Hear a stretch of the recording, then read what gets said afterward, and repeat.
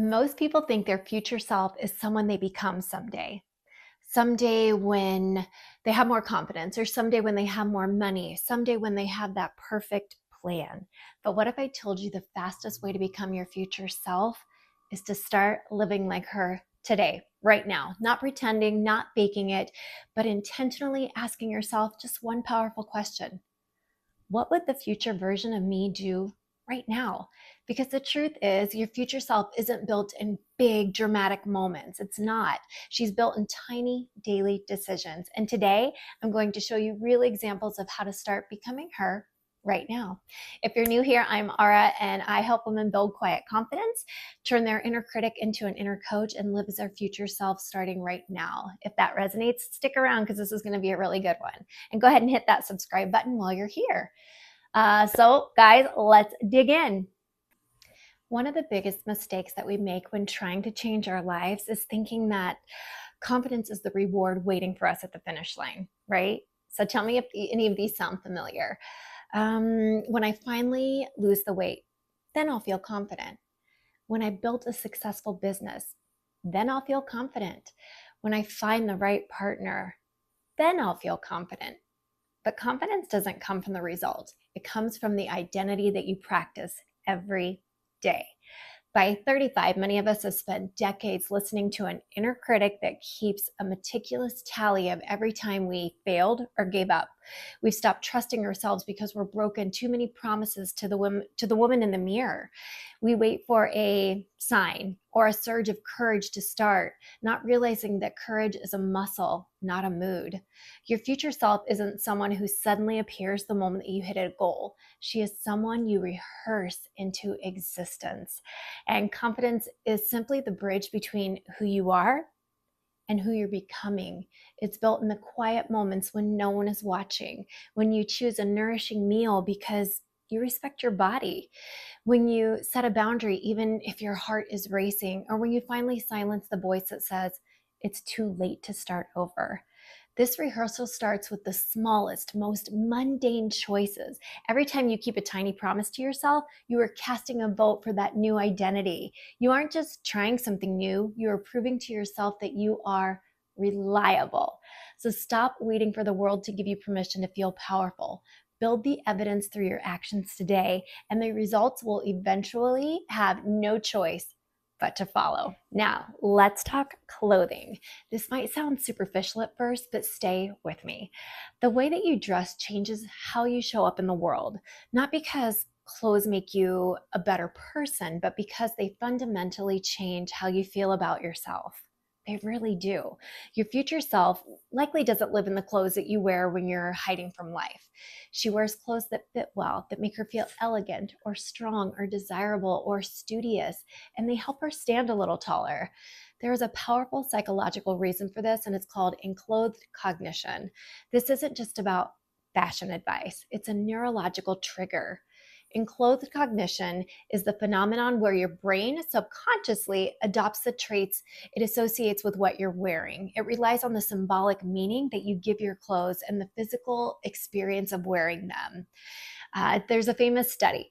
People wearing a white lab coat performed significantly better on tasks requiring intense focus. However, the spike in the performance only happened if they were told it was a doctor's coat. When they were told it was a painter's smock, the effect it vanished. Their brains were literally hacking into the traits of a doctor, precision and authority, just by putting on the fabric. You can use the same biological shortcut to close the closet gap between who you are and who you're becoming. So there's the power mentality. Putting on a structured blazer or a tailored coat isn't just about looking professional. Research shows that it increases abstract thinking and a sense of dominance. Your brain begins to process information more strategically and less impulsively. Then there's the athlete identity. Simply putting on high quality athletic gear can make you feel more disciplined. The physical sensation of your gear primes your brain to remain consistent with the image in the mirror, making you more likely to push through a tough day. Crazy, right? Now, how about the special occasion fallacy? Stop saving that dress for a perfect day that hasn't arrived. When you put on a real outfit instead of staying in sweatpants, you are sending a signal to your subconscious. I respect myself enough to show up today. And when you dress for the identity, not the occasion, you aren't faking it. You are using your clothing as a tool to influence your psychological state in real time. If your future self is a woman who is composed, certain, and respected, start dressing like her now. When you change your clothes, you change your posture. When you change your posture, you change your chemistry. And when you change your chemistry, you change your life. To help you bridge the gap between where you are and where you're going, here are 3 micro shifts you can make in your wardrobe starting tomorrow morning. Okay, here we go. The no hiding rule. Choose one item that makes you feel visible, not necessarily loud or flashy, but something that fits your body perfectly as it is today. When we wear oversized, safe clothes, we are subtly telling our brains to stay small. Choose the outfit that demands you stand tall. And then retire the saving it for later mentality. Take that one piece of clothing you've been saving for a special occasion or until you reach your goal weight and wear it to do something mundane. Whether it's a silk blouse for a grocery run or your favorite jewelry for a Zoom call, wearing it now tells your inner critic that you are worthy of the best version of yourself right this second. And then create a deep work anchor. Identify one specific item, a certain pair of glasses, a structured blazer, or even a specific scent that you can only wear when you are being your future self. Putting this on becomes a neurological trigger. It signals to your brain, the woman who gets things done just entered the room. By making these small adjustments, you aren't just changing your clothes. You are practicing the self-trust required to become the woman that you're meant to be. The next pillar of this transformation is perhaps the most intimate. It's the way you speak to and about yourself. Most of us have spent years letting our inner critic dictate the script. That voice is a master of disguise. It loves to sneak into your everyday language, masquerading as being realistic. It sounds a lot like, I'm just terrible with money. I'm not smart enough to pivot my career now. I could never pull that off. But your future self, she doesn't speak that way. She understands that words are instructions for your subconscious. When you say, I can't, your brain stops looking for solutions. When you say, I am, your identity begins to solidify around that statement. To quiet the critic and build self-trust, you have to start practicing bridge language. This isn't about focused, fake positivity. It's about moving from a fixed mindset to a growth mindset. So instead of, I can't do this, she says, I haven't learned how to do this yet. That one tiny word, yet, reopens the door to possibility. So instead of, I'm not a confident person, say, I'm currently practicing the habit of confidence. And instead of, I'm a mess, say, I'm in a season of transition and I'm learning as I go. It's subtle, but that language is architecture of your reality. Your future self speaks with self-respect, even when she's struggling. She doesn't kick herself for being human. She's narrating her journey with the grace she would offer a best friend.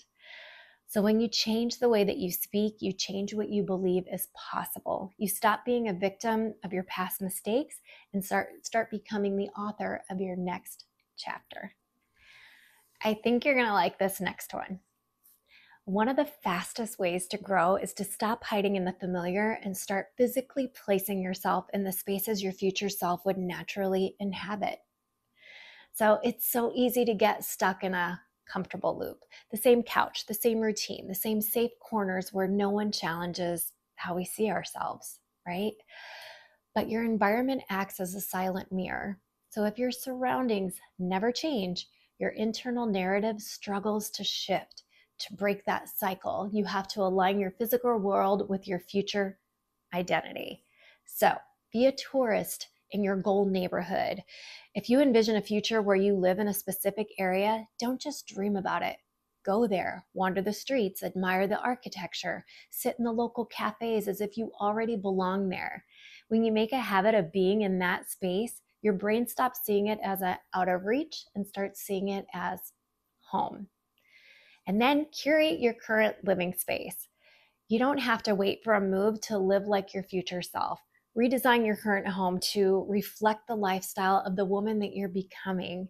If your future self is a productive entrepreneur, stop working from the kitchen table and set up a dedicated, high-quality home office today. Even a small corner, if curated with intention, signals to your brain that you are serious about your work. Yeah. And then surround yourself with your people. Your social circle is a powerful predictor of your future. So seek out the groups, the clubs, or events where the version of you that has already made it would spend her time. Whether it's a professional organization or a hobby-based community, being around people who already embody your goals makes your transformation feel inevitable rather than impossible.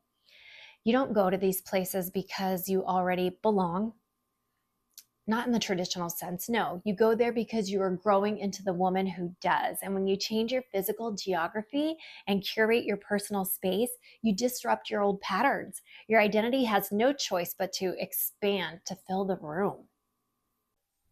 One of the most visible layers of this transformation isn't about what you do, but how you move. Many of us have spent years perfecting the art of shrinking. We apologize for taking up space. We look at the floor when we walk, or we rush our words so we don't inconvenience anyone with our presence. We wait for the day that we feel perfect to finally stand tall. But your future self, she doesn't walk through life apologizing for existing. She carries herself with a quiet confidence. It isn't about arrogance, and it certainly isn't about being flawless. It's simply about your presence. By age 35, your body has a memory of your self-doubt. To change your life, you have to physically retrain your nervous system to feel safe being seen. You rehearse this identity through your physiology. The power of the vertical. It's as simple as standing a little taller and rolling your shoulders back. When you open your chest, you send a signal to your brain that you are safe and in control. Then there's the language of the eyes. Making gentle, steady eye contact isn't about dominance. It's about saying, I am here and I see you. And then the gift of a pause. When we are nervous, we talk fast to get it over with. Your future self slows down. She knows her thoughts have value, and she isn't afraid of the silence between the sentences. And the I belong here walk. Whether you're entering a grocery store or a high stakes meeting, walk in as if you invited yourself. Stop scanning the room for approval and start occupying the space that you're in. Confidence isn't about being the loudest person in the room. Often, the loudest person is the most insecure. True confidence is being comfortable being yourself in the room. And when you stop shrinking, you stop leaking energy into your anxieties. You begin to command respect not by demanding it, but by simply refusing to negotiate your right to be there. One of the most important things that you can take away from this is that your future self is built on a foundation of self-trust. Many of us have become experts at keeping promises to everyone else, our bosses, our children, our partners, while consistently breaking the ones that we make to ourselves. And every time you tell yourself, I'll start tomorrow, and then you don't, you are teaching your brain that your own word, it isn't reliable. But you can rebuild that trust, one tiny brick at a time. Self-trust grows when you keep micro promises to yourself. These aren't giant, sweeping life changes that require a total overhaul of your schedule. They are small, almost too easy commitments. Like, I will go for a 5-minute walk after lunch, or I will drink 1 glass of water before my coffee, or maybe I will spend just 10 minutes today on the dream that I've been putting off. When you follow through on these tiny actions, you aren't just getting things done. You are providing consistent proof to your subconscious that you are a woman who shows up for her own life. So every time you keep a promise, the voice of your inner coach, the part of you that is capable and resilient, gets louder. And as that voice grows, the inner critic, which thrives on your self-doubt, naturally begins to fade into the background. You stop needing to feel confident because you have the evidence that you are reliable. Transformation isn't a lightning bolt that strikes you once you've reached a certain age or milestone. It is a daily practice. The clothes that you choose, the way that you speak, the rooms that you enter, the way you carry your body, and most importantly, the promises you keep are all part of the rehearsal. You are not waiting for your life to change so you can finally be that woman. You are becoming her now through the smallest, most intentional choices of your day. So stop looking for the finish line. Start looking at the woman in the mirror today and give her a reason to trust you. Your future self isn't a stranger you'll meet someday. She is the woman that you are creating one kept promise at a time. So let me ask you something. What's one small thing that you could do today that your future self would be proud of? Start there. Because the woman you want to become is built by the choices that you make today, right now. Thank you so much for being here with me. I'll see you guys next time.